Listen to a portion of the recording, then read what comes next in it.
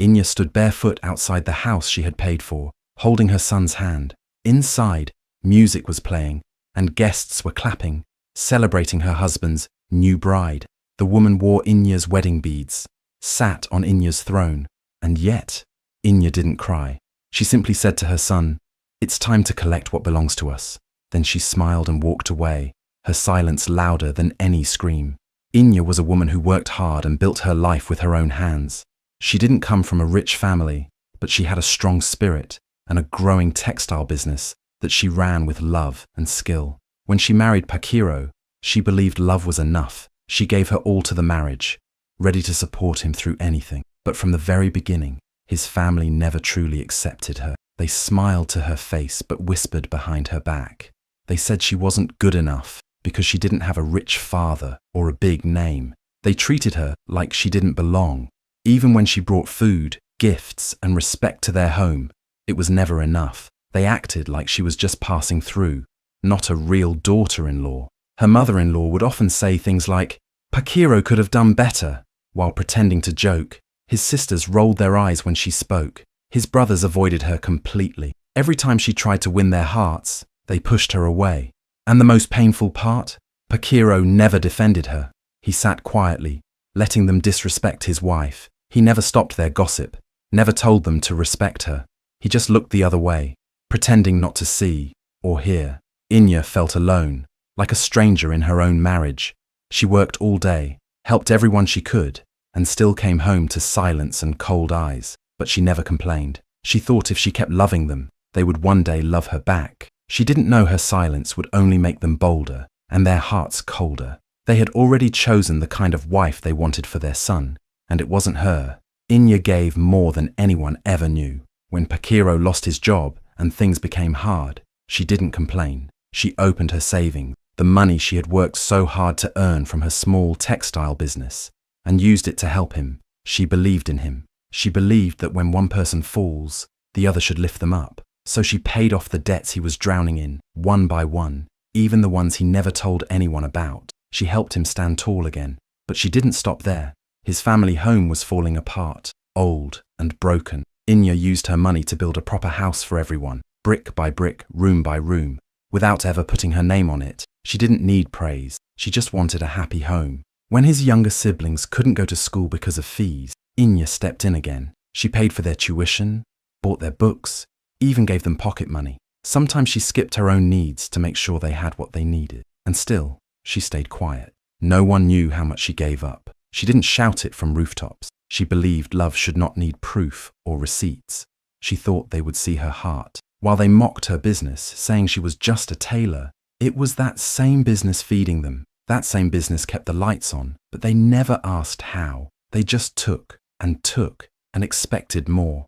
No one ever said thank you. No one ever hugged her or said, "You're doing well." But Inya didn't mind. She told herself that love means giving, even when no one is watching. She thought she was building a life with people who would protect her, but they only took advantage and smiled in her face. It started slowly. At first, Inya didn't even notice. Her mother-in-law began inviting a woman named Lamy to the house. Lamy was soft-spoken, always smiling politely, and dressed in expensive clothes. She came from a rich family in the city, and her presence was always treated like something special. Inya was told, "She's just a family friend," but something didn't feel right. Every time Lamy came around, the atmosphere shifted. Everyone paid attention to her. They offered her the best seat, served her the best meals, and laughed at everything she said, even when it wasn't funny. Inya started to feel like a shadow in her own home. Soon, Lamy was everywhere. She joined them during family prayers, at dinner, and even during private family discussions. When there were celebrations or birthdays, Inya's name wasn't on the guest list, but Lamy's was. They stopped telling Inya about family gatherings. Photos would appear on social media with Lamy sitting where Inya used to sit, wearing clothes similar to Inya's style, copying her mannerisms, even speaking to Pakiro's siblings like their sister. It was like she was slowly replacing Inya, step by step. No one said it out loud, but it was clear. They had chosen her. Lamy's eyes always found Inya's seat, the one Inya used during family meetings, the one beside Pakiro. And every time Inya wasn't home, Lamy was sitting in it, smiling, watching, waiting. Inya noticed how her mother-in-law praised Lami in front of guests, calling her refined and a good influence. They never said those words about Inya, no matter how much she gave or sacrificed. It was like they had forgotten everything she had done, or maybe they just didn't care. Pakiro never explained anything. He didn't stop it. He let it happen, quietly watching as another woman was brought in to take his wife's place. And when Inya asked him about it, he shrugged and said, "She's just around sometimes. Don't overthink things." But deep down, Inya knew something was wrong, very wrong. The family she had worked so hard to build, the people she had poured her soul in, they were slowly pushing her out. Not with words, but with silence, with smiles that felt sharp, and with a new woman whose eyes never left the crown Inya wore. Lami wasn't just visiting, she was waiting. And the worst part, everyone else seemed to be helping her take Inya's place. It was a hot afternoon. Inya had just come back from the market, carrying a heavy basket of food for dinner. She was tired, sweating, and thinking about what to cook for the family. But as she reached the gate of the house she helped build, something felt strange. The gate was wide open. She walked in, and her heart dropped. Her clothes were in nylon bags, scattered near the door. Her shoes, her kitchen tools, even her son's toys, all thrown together like trash. She looked up and saw Pakiro, her husband, standing in the middle of the compound. His face was cold, blank, as if he didn't know her anymore. Then he spoke, in a voice she could barely recognize. "It's not working anymore, Inya. You have to go." At first, she thought it was a joke, a bad one, but then behind him, she saw Lami, wearing one of Inya's wrappers, her head tie, her slippers. Lami stood there with a small smirk on her lips, looking proud, not sorry. She didn't even look away. Then came the final blow. Her mother-in-law walked out from inside the house. She folded her arms and said sharply, "We need someone who can elevate the family name. You've done enough. It's time for someone better." Inya's hands started shaking. Her chest felt tight. She wanted to ask why. After everything she had done, paying the debts, training the siblings, building the house, this was her reward, to be thrown out like a stranger. She looked at Pakiro. This was the man she gave everything to. He said nothing more. He didn't fight for her. He just stood there like a statue. And Lami? She didn't move. She didn't blink. She stood proudly, as if she had won something she never worked for. Her eyes said it all. "You're done here." Inya didn't scream. She didn't beg. Something inside her went quiet, like a fire that had stopped burning. Not because it was weak, but because it was becoming something stronger. She picked up her son's hand, looked at her packed bags, and without another word, she turned and walked away. She had been thrown out of a house she built with love, but they had no idea. She still held the key to everything. Inya stood there quietly, holding her son's small hand. Her heart was broken, but her face was calm. She didn't cry, shout, or ask why.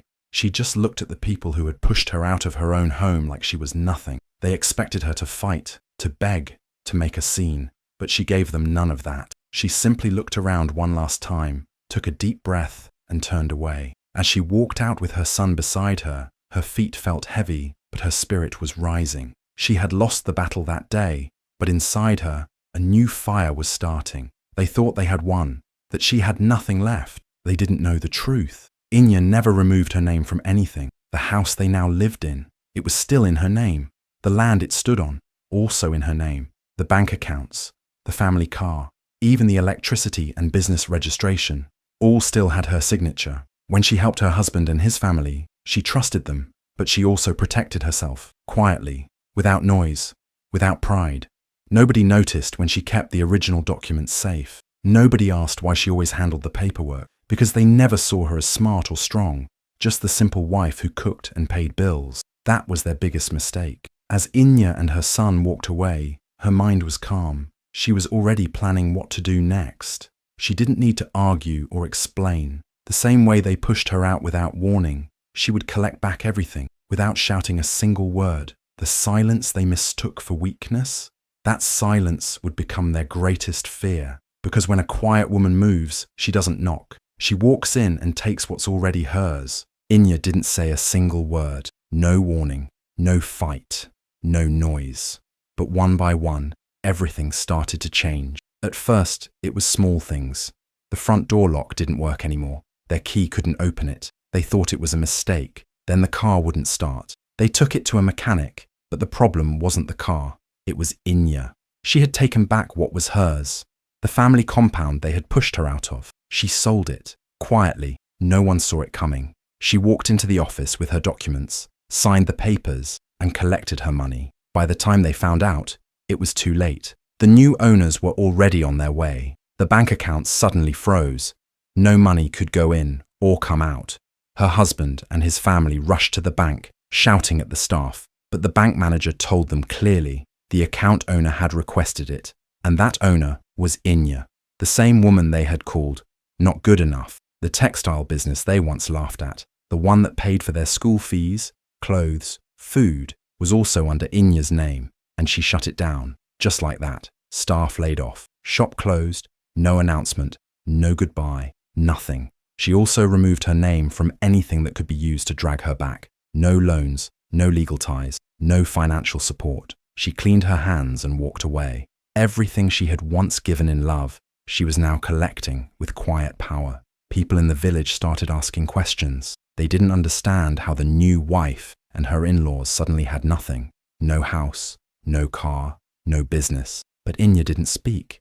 She didn't post on social media. She didn't tell anyone her side. She just moved in silence, calm, focused, and unstoppable, because revenge didn't need noise. It only needed truth. And Inya had all the proof. She didn't fight for her respect, and she simply collected what belonged to her and left them standing in the dark, confused and powerless. Lami had thought everything would be smooth. She believed she had won.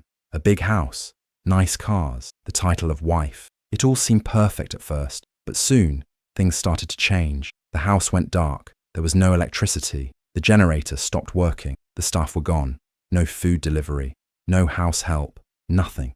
She asked Pakiro for money, but he had none. He ran to his mother, but she had nothing either.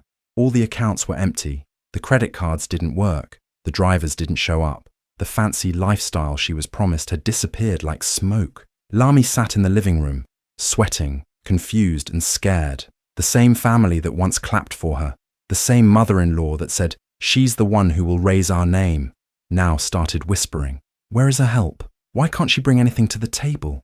They started comparing her to Inya, the woman they once insulted, the one they pushed out with pride, the one they said wasn't good enough. Pakiro was the most confused. He couldn't understand how everything vanished. The house they lived in, sold, the cars, locked, the accounts, frozen, the business, shut down. He didn't know who to blame. He remembered how Inya always handled everything, quietly but perfectly. So, one evening, he went to find her, angry, tired, embarrassed. He shouted, "What have you done? Why would you do this to us?" Inya didn't raise her voice. She didn't insult him. She just pulled out a small file. Inside were receipts, documents, and agreements, all signed by him. Transfers, property papers, bank forms, business documents, everything. She looked him in the eye and said, "You handed me the power when you were down. I used it to build this family. And now I'm taking back what I gave." Pakiro couldn't speak. The truth was clear. Everything Lami had been enjoying was built by the woman they threw away. And now, without Inya, it was all crumbling. The perfect bride sat in silence as her dream turned into dust. And Inya, she walked away again, not out of pain, but with quiet strength. She had nothing to prove. They had already proven it for her. The village couldn't believe what they were hearing. One by one, stories started spreading like fire. The same Inya they had insulted, looked down on, and mocked. She was the one who had been holding everything together. People whispered in shops, at the well, and on the streets. "Did you hear? It was Inya who built the house. She paid for his siblings' school fees. She was the real breadwinner." Every corner of the village buzzed with shock. Even those who once laughed at her humble background began to feel ashamed. The truth hurt their pride. All along, they had praised Pakiro's family for having money, for being powerful, but that wealth was Inya's doing. She had been the engine behind their comfort, the reason their compound stood tall, the silent helper they pushed aside. Lami's image, which once looked perfect, now cracked. People began to see her for who she truly was, a woman who came for a crown she didn't earn. Her parents, who had once proudly visited the village and looked down on Inya, quietly stopped showing their faces. Even they were embarrassed. They didn't know their daughter had replaced a queen and destroyed everything in the process. Meanwhile, Inya didn't say a word. She had moved to another city and was now running a large textile export company. Her business grew fast, and her name became known in big circles. She didn't look back. The same people who once ignored her now tried to call. Old friends, in-laws, even people from the village tried to reach her, but she didn't answer. She had no time for fake apologies or sweet words after bitterness. People were stunned. Some said, "She has changed," but others replied, "No, she's just showing who she always was." The woman they once saw as not good enough had become a star, and she did it without noise, without revenge, and without going back. Her silence became louder than their gossip. Her success became the answer to every insult. And the village? It learned a lesson it would never forget. Never underestimate a quiet woman with a strong heart. Months passed, and the family decided it was time to cover up their shame with a big celebration. They planned a grand wedding ceremony for Lamy and Pakiro, with decorations, music, food, and invitations sent all around the village. They wanted people to forget what happened, to pretend everything was perfect again. They even tried to act like Lamy had always been the right choice. But the day of the event came, and no one showed up. The chairs stayed empty. The food remained untouched. The music played, but there was no dancing. Not even the neighbors came. People looked from afar and shook their heads. The once proud family had become a laughingstock. Everyone now knew the truth, that they had thrown out the real jewel, Inya, for a shiny stone that had no value. The family name, which once carried pride, was now only mentioned in gossip and jokes. Lamy sat with a fake smile, dressed in expensive clothes. But inside, her heart was sinking. Her dream wedding had become a nightmare. Pakiro looked around at the emptiness and felt a shame so deep he couldn't meet anyone's eyes. His mother, who once walked tall, sat quietly, not even able to explain where everyone had gone. The loud family had suddenly become silent, but in a different city, at the same exact time, something powerful was happening. Inya's face was on the front page of a national newspaper. The headline read, "Woman of Impact in Business." She had been recognized for her success, her strength, and her growth. People across the country were reading about the woman who had once been treated like nothing and now stood as a symbol of excellence and grace. Inya was being honored at a big event with leaders, business owners, and important guests in attendance. Cameras flashed and people clapped for her. She smiled, calm, elegant, and proud. She didn't need to say anything about her past. Her success spoke for her. The same day they tried to pretend she never existed was the day the whole nation celebrated her. And the village? It watched both scenes, the empty ceremony and the glowing news, and realized the truth. They had pushed away gold and were left with dust.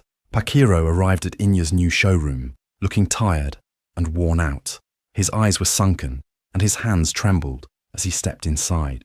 He looked around at the busy workers, the beautiful fabrics, and the shining trophies on the walls. This place was a far cry from the house he had thrown Inya out of. Taking a deep breath, he finally spoke with a voice full of regret. "Can I see our son?" Inya looked at him quietly, her face calm but strong. She held her son's hand and said softly, "He's not a burden to carry, only when it's easy for you." Her words were gentle but firm. Pakiro's heart sank, knowing how much he had lost. Without waiting for an answer, Inya turned and walked away with grace. Her steps were steady and proud, like a queen who had risen above pain and betrayal. She didn't look back at Pakiro, or the life he had chosen to leave behind. She was radiant, full of quiet power, a woman who had rebuilt herself from nothing and was now unstoppable. Pakiro stood there alone, surrounded by the success and peace that Inya had created without him. He realized that the past could not be changed, but Inya's future was shining bright, and he would never be part of it again. The ashes of their broken past lay behind her, but she moved forward, strong and unbreakable. If you believe in standing strong when life tries to break you, share this story with someone who needs to hear it. Remember, true power is quiet, but unstoppable, just like Inya. Don't forget to like, comment your thoughts, and follow for more real stories that inspire and empower.